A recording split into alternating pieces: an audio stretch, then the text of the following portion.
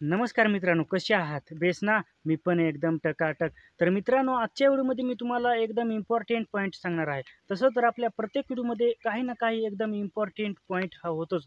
तर मित्रांनो, आजच्या व्हिडिओमध्ये मी तुम्हाला सांगतो, की 2 मुलं होते. एक श्रीमंताचा मुलगा होता आणि एक गरिबाचा मुलगा होता.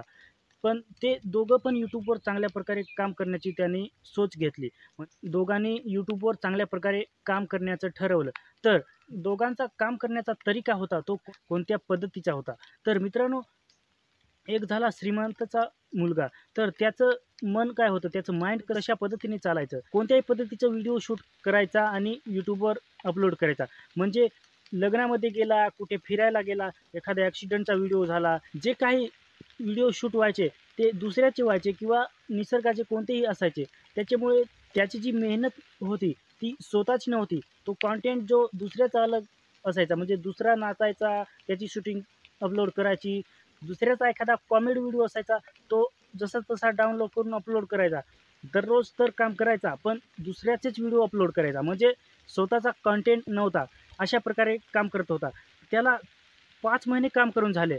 पण त्याचे सबस्क्रायबर वाढले. 5 महिन्यामध्ये त्याचे 1000 सबस्क्रायबर जे होते ते पूर्ण झाले आणि 2 ते 3000 वॉच टाईम जो होता तो पण त्याचा पूर्ण झाला. पण 3000 जरी त्याचा वॉच टाईम पूर्ण झाला, पण 1000 वॉच टाईम त्याचा बाकी होता. आणि जो गरिबाचा मुलगा होता, त्याचं काम कसं होतं, की स्वतःचा कंटेंट बनवून त्यांनी एकदम चांगल्या पद्धतीने स्वतःचा कंटेंट चांगल्या पद्धतीने एडिटिंग पण त्याची स्वतःची एकदम चांगल्या प्रकारे त्याचं काम, मेहनत एकदम जिद्दीने करायचा.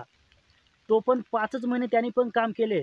पण गरिबाच्या मुलाने एकदम चांगल्या प्रकारे काम केले आणि श्रीमंताचा मुलगा जो होता, तो असंच कुठूनही व्हिडिओ शूट करून वगैरे YouTubeवर अपलोड करायचा आणि दोघांनी 5 महिने काम केले.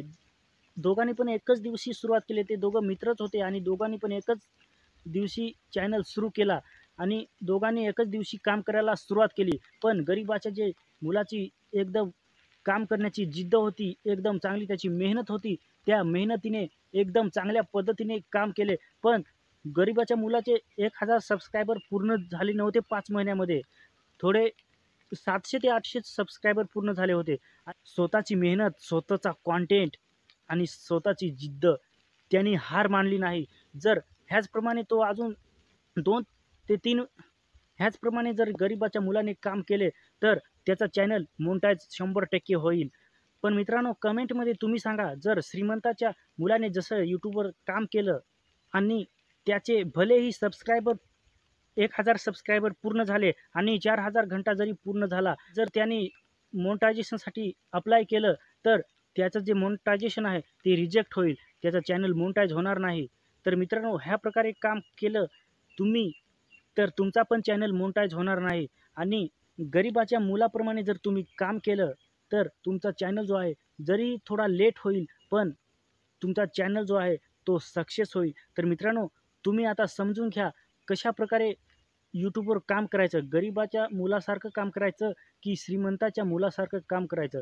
तर मित्रांनो, आजच्या व्हिडिओमध्ये तुम्हाला मोटिव्हेशन मिळालंच असेल. तर मित्रांनो, आजच्या व्हिडिओमध्ये एवढंच. जय हिंद, वंदे मातरम.